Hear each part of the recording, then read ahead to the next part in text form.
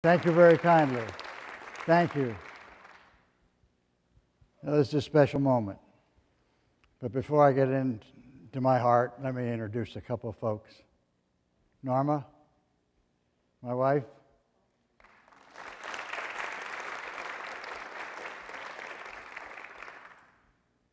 Norma's special in so many ways, and she's perpetually trying to matchmake. So proof of her efforts to matchmake is Juan and Ron Ress. 40 years ago, Norma matchmade them.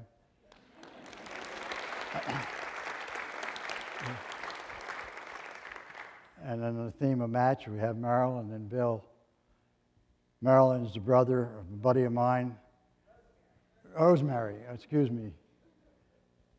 Alzheimer's.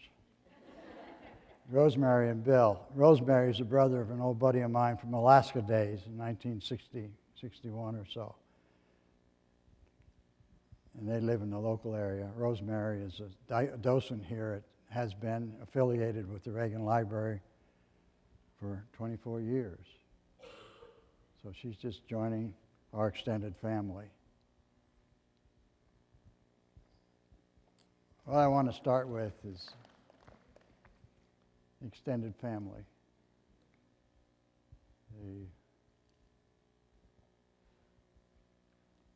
The last school I was with for this program was in Michigan. And we're just talking about the Citizen Award Program.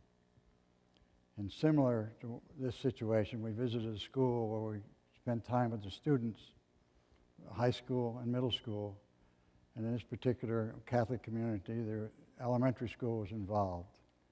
And they got involved to the point where they took the 6 characters, traits that we were talking about this morning, had them placed on a shirt, and then they went to the administration and said, could we have our own awards program?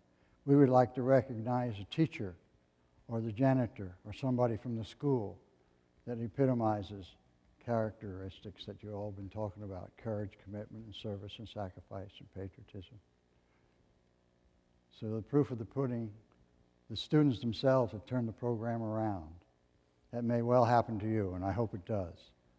And I know that amongst you are some elementary school teachers who will have the opportunity to firsthand get involved by taking the curriculum that's been established at the middle school and high school levels and bring it down to the elementary level. What is this all for? Well, nearly 50 years ago, on an airplane, there was only one seat left. Norma sat there. So we recently celebrated our 50th anniversary of meeting on an airplane.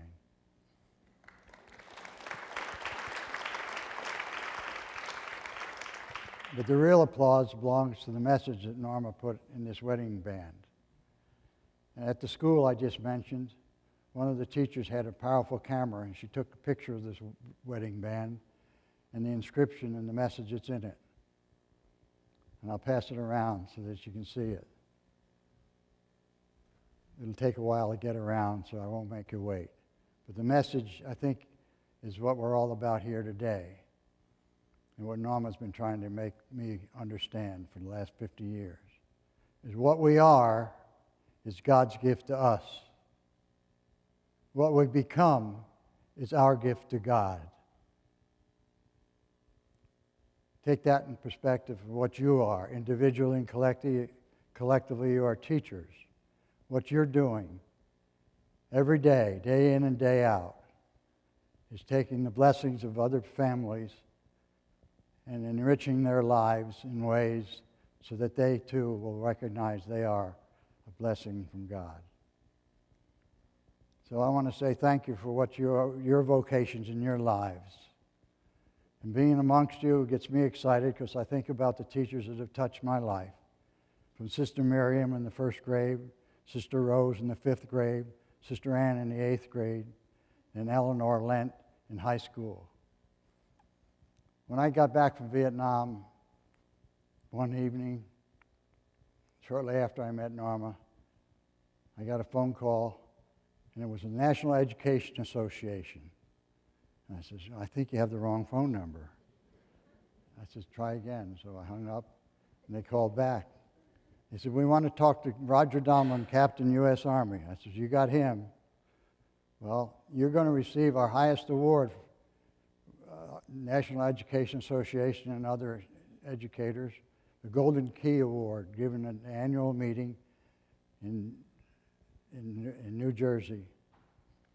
And I says, no, I never was a great student, but I think you got the wrong number.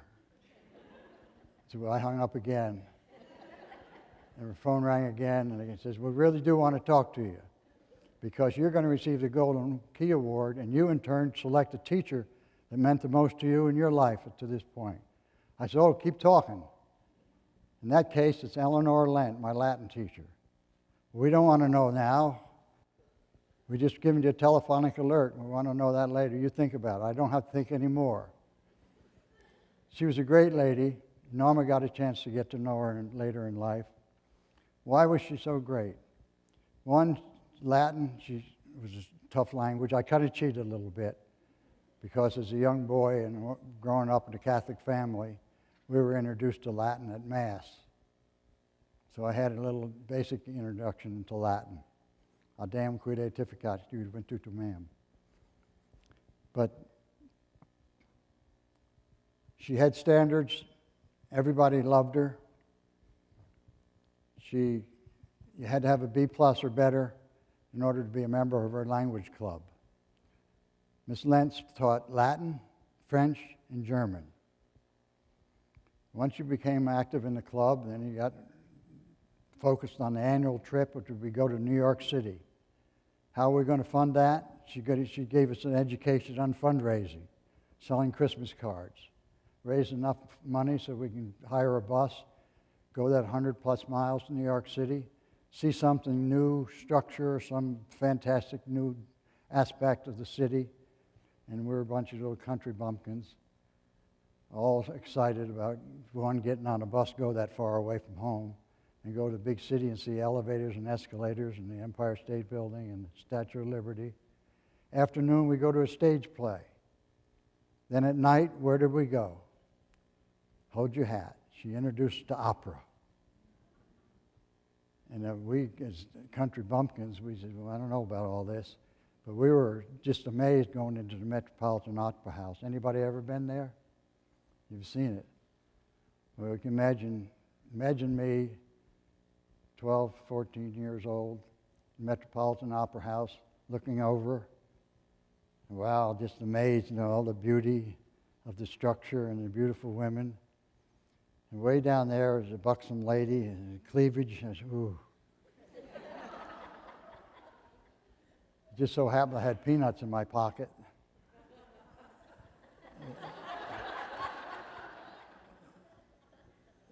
Now, what were you going to do as a teacher controlling something like that? Well, I couldn't control that urge, and I dropped those peanuts off the balcony of the New York Metropolitan Opera House.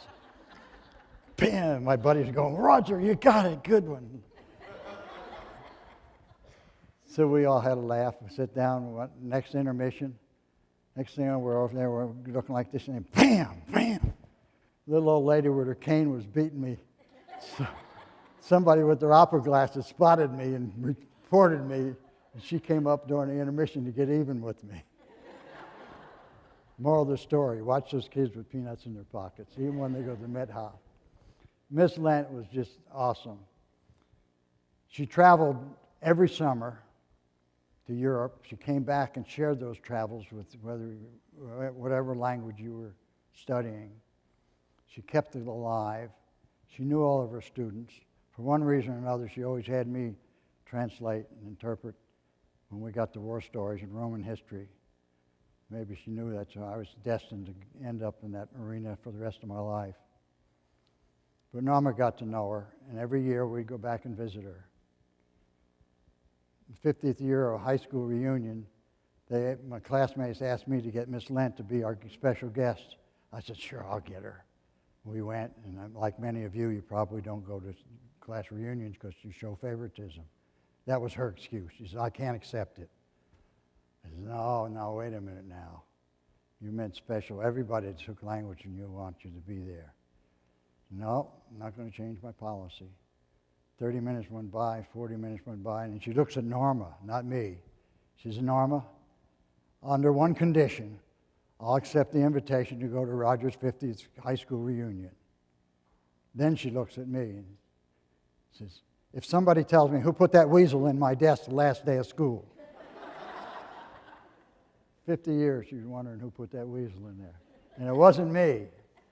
Now, I've been known to put squirrels and snakes and little things like that, but no, I never even caught a weasel. But teachers,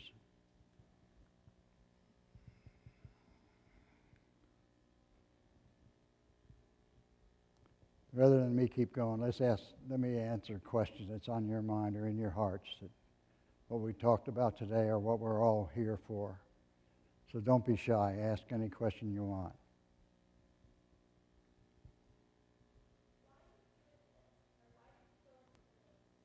Why did I go in the military? You know, I grew up in the little town of Saugerties, New York, on the East Coast. Everybody was... My hometown, you go to the Veterans Park, it goes back to the Revolutionary days. Every family had a great history of service. My daddy served in World War I. My uncles all served in World War I. My 4 older brothers all served, 2 in the Army, 2 in the Air Force. So I was just, we lived 40 miles north of West Point. My scout masters and scout leaders were all service veterans. Teachers were veterans. The whole community had its directed towards that. So, as the video said, my first fervent prayer that I ever said was that maybe I'd be able to serve someday. So I keep praying for that I continue to serve. And I think if the truth were known, most of you have said that same prayer, that you'll be able to serve someday. And that's what you're doing. I can't think of anything more important than serving as teacher. Do you have a question, sir? Yeah. One of the things that we talked about in our American government class is the best way to honor a veteran. And we discussed that voting is one of the best ways to honor a veteran. How do you feel about that? Yes. Best way to voting to honor a veteran was discussed in his classroom. They came up that one way would be to vote, would show your respect and gratitude to a veteran. That's nailed right on the head. Ballots versus bullets. You know, if we properly exercise our right and our responsibility to vote. Now we got high school here and we got middle school.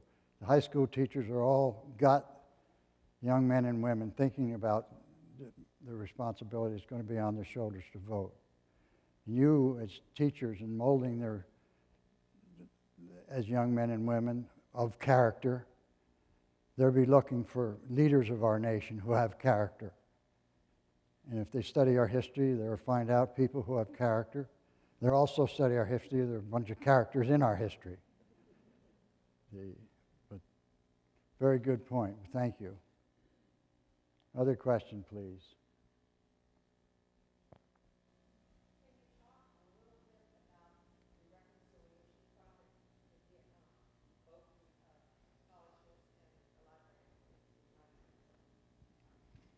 Norma asked me to talk a little bit about reconciliation, Vietnam.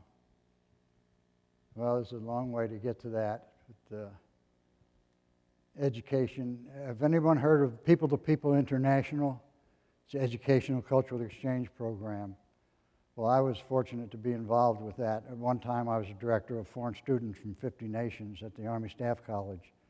And People to People International helped with having civilian families in the community of Kansas City sponsor foreign students. So Norma and I were deeply involved in that for a few years at the Staff College in Kansas. And when I retired, I ended up on the board of trustees and directors for that. One thing led to another, going back to Vietnam. When we went to that battle site, I met former adversaries who helped plan the attack against us. We reconciled and said, let's put the past in our proper perspective and think about the future. One of the best things that we can do, thinking about the future, is thinking about the youth and the education that they're going to need. and use education as to build the bridges of understanding between natures to overcome the obstacles that we had failed to overcome in the past. So that put me on the path of reconciliation. Norma was with me in '93 when we went back for the first time to Vietnam, visited the battlefield, found a cemetery where both friendly and enemy were buried. And it was that moment when I expressed to the people that came out of the mountains, a dozen or so, it was an abandoned cemetery. They were wondering why I was there, showing honor and respect for the war dead, because I was a round eye, long nose. And they looked at me and said, well, why would you do this? And I said, well, we came and pay respect. And in my culture, at times like this, we would reach out and just in our own way say thank you to the people that made the ultimate sacrifice. And I reached out and nothing happened. Then, miraculously, all hands joined. The people from the mountains, the local, my interpreters, and a few fellow travelers. I think that's when my soul was touched and my heart was moved to think more and get involved with reconciliation. And that led to other opportunities where we established a scholar foundation for Vietnamese Americans at the collegiate level. Norma and I involved. We had Bob Hope and Dolores Hope on our national board as great letterheads, but Norma did all the work. And we raised funds to send young men and women to colleges in the Midwest. We dissolved that, and now the residual funds from that are used to present scholarships in Vietnam at the medical college, again in the theme of rebuilding the bridges of understanding through education, healing the wounds of war. Happens to be a medical college, just happenstance. But many things can be done and are being done too. And at the battlefield, there's another thing that happened in recent years. Going back there I was asked, well, from the first visit, I made a note that I hoped someday I could do something that would memorialize the men that you heard about that were killed in action, John Houston and Pop Alamo on my team. Both wives were expecting, both.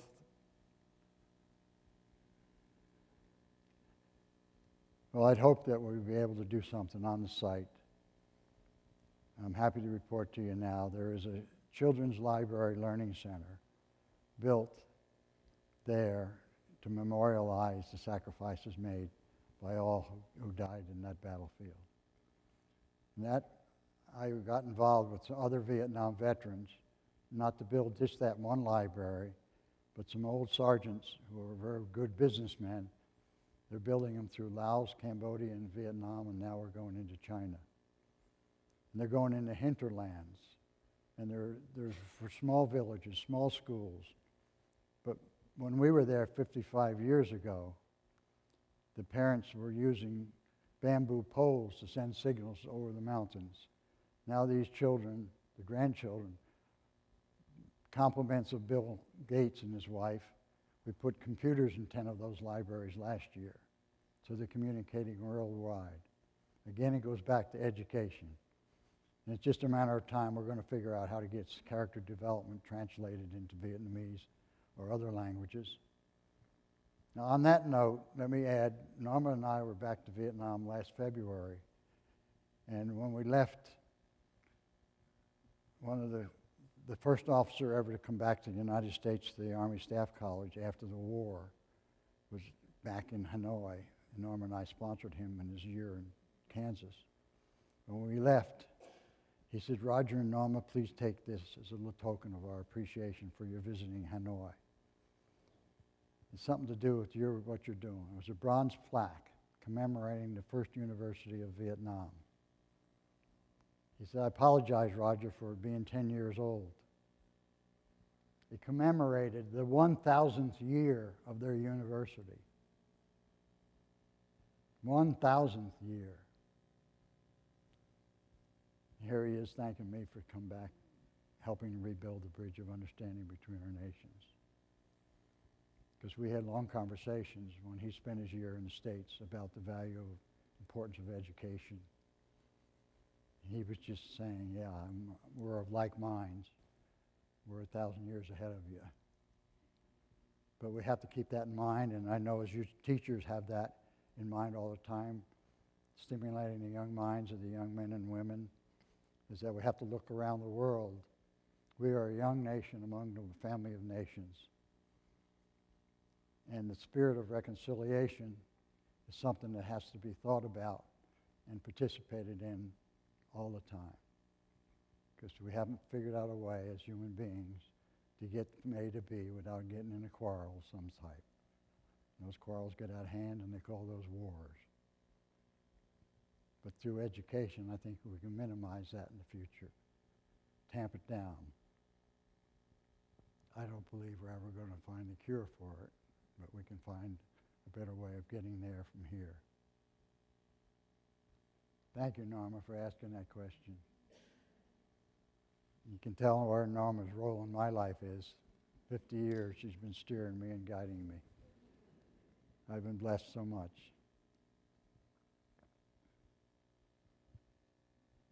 You have a Coast Guardsman in here, fellow veteran.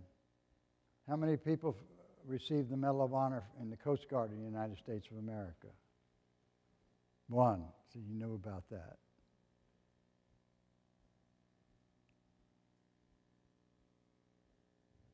Any other questions? Any other subjects you want to talk about? He hit the most sacred one, voting. This year of election year, what's your message to our candidates for leading our nation for the next 4 years? Yeah, show that you have character. And they have some integrity. They're committed. You know, one thing that struck me this morning in here when Marilyn was asking how many years you've been teaching. We went from 5 years to 30 years. There's a sense of commitment amongst all of you here to the profession of teaching. Some of our professional, so-called professional people elected are in and out. They go in and get their ticket punched. They're not really committed. We need people who are really committed. But the flip side of that, what do we talk about? Term limits. Some of them get in there and think they own it and they become mini dictators. So that's the good thing about our system. We have a chance to do the laundry every few years. Sometimes you have to throw the baby out with the bathwater. They do the laundry all over. But our candidates, we got a challenge this year. Now we got a special audience here today, 90% female, women. There are some amongst you who say, we want a woman for president because she's a woman. The right woman, yes, I agree with you. Other nations of the world have done that. I'll reserve my opinion on that. But anybody who wants that job, it has to be a brave person. It has to have courage. It has to have a sense of commitment and integrity. If they don't have those qualities, and that's the thing about talking about these values, instilling and hoping to instill in the young children, is that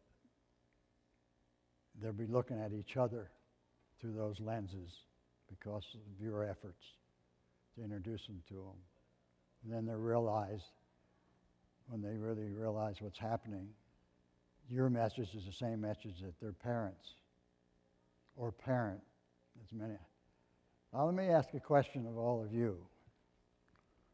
How many have a classroom where 100% of the class has two parents?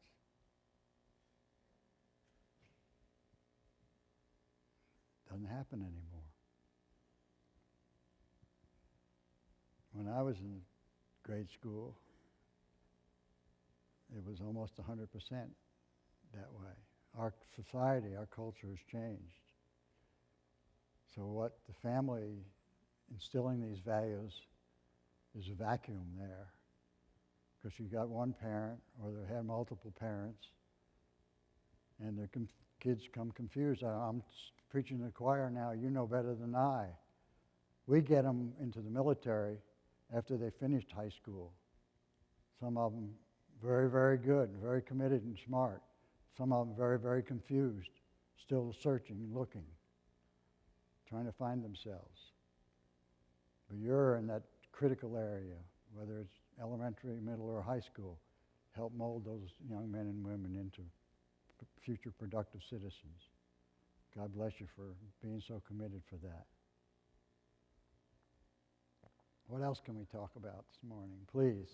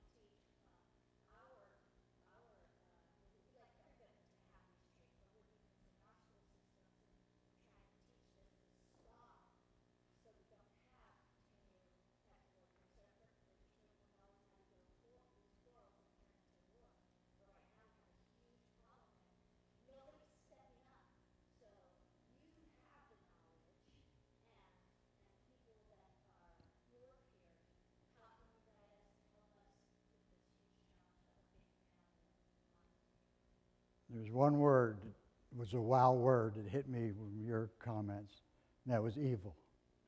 And that's what we're facing today, a new brand of evil. It's another brand. It's the same old evil that's been around since human being has been around. We watched the Tibor Rubin here. The evil was Gestapo. Now we have another version of that. But if we go back into the very region of the world, as I talked about 1,000 years in Vietnam, we can go back 1,000 or 2 years in the Middle East. That evil has been relabeled in that region of the world. Now it's ISIS, but it's been there. It's their type. We talk about eye for an eye and a tooth for a tooth. They take a head for a head. I think the way they deal with themselves or deal with adversaries is a way that is very telling. They eliminate. If you use medical analysis, if you have a cancer, there are certain cancers that you have to excise. And in the case of ISIS, I think that's the only solution we have, because they're going to stop nothing else. They are pure evil, from my perspective. I don't have the answers. I'd still be on active duty. But educate, do your part to have the future generation be men and women of character that represent our culture and our society and our way of life and our belief, so that we can stand proudly and strongly amongst the family of nations and be courageous enough to fight the brand of evil that they're going to be having to fight. Look at the brand of evil in our backyard. When, as a kid, I had the brand of evil was having a beer. The brand of evil, the kids that you're teaching today, they're having to fight and say no against heroin and whatever drugs, and worse than I ever knew of as a kid. Our own children had to face that. Our grandchildren now are facing it. We're seeing it. But you're in the front lines as teachers, along with the firemen and the EMS people and the police. But you're critical. I can't say how important you are. And I can't thank you enough. What else? I'd be happy to talk about anything. My wife says that's all right, but don't talk about sex.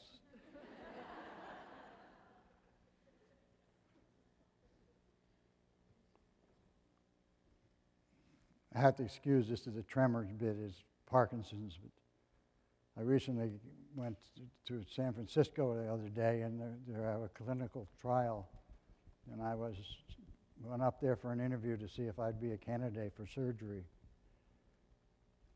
And they're going to the interview, and they says, well, we've decided that you're not a candidate. Norma says, what, you can't find his brain? He says, no, it's not that.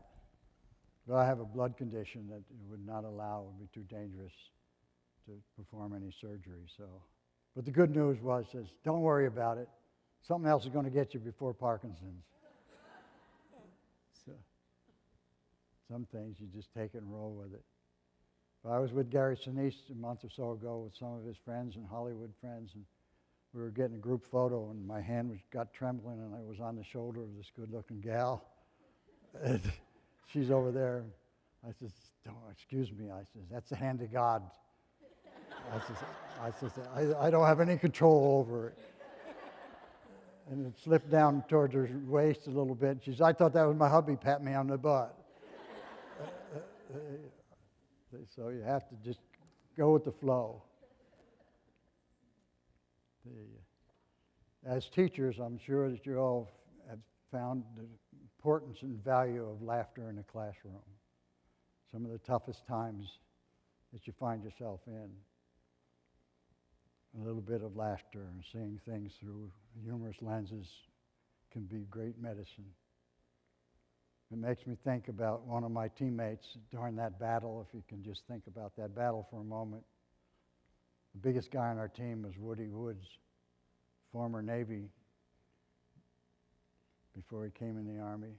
But he was my man with sense of humor. He could find humor in anything. In the middle of that battle, I finally made it to his position. He'd standing there in his shorts and his pistol wrapped around him. His feet were bleeding. The ants were eating him alive. He'd been there a couple hours. And I told him, based on where I'd been, that we needed him to shift his fires to the northwest. And he had some very colorful explanatory remarks. Where is northwest, Captain? Under those conditions. So all I have to do is, Beeson needs your help. Another member on the team, and he immediately shifted his mortar in that direction. But humor is great, great medicine, and I encourage you to keep it up. And when you have a student that has a sense of humor, let him or her go semi-controlled. Well, one thing you learn as a young soldier, you never get between chow and the troops. And I think somebody's starting to think about chow time. Please.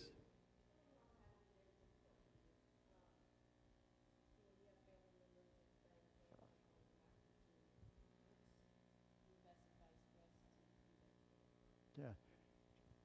Coming home. She reminds us that it was difficult during the Vietnam era for many people. She wanted to know what's the advice on how to reach out to people nowadays that are coming home. The men and women are coming home today, 10 years plus going in and out of combat. The first thing is welcome home.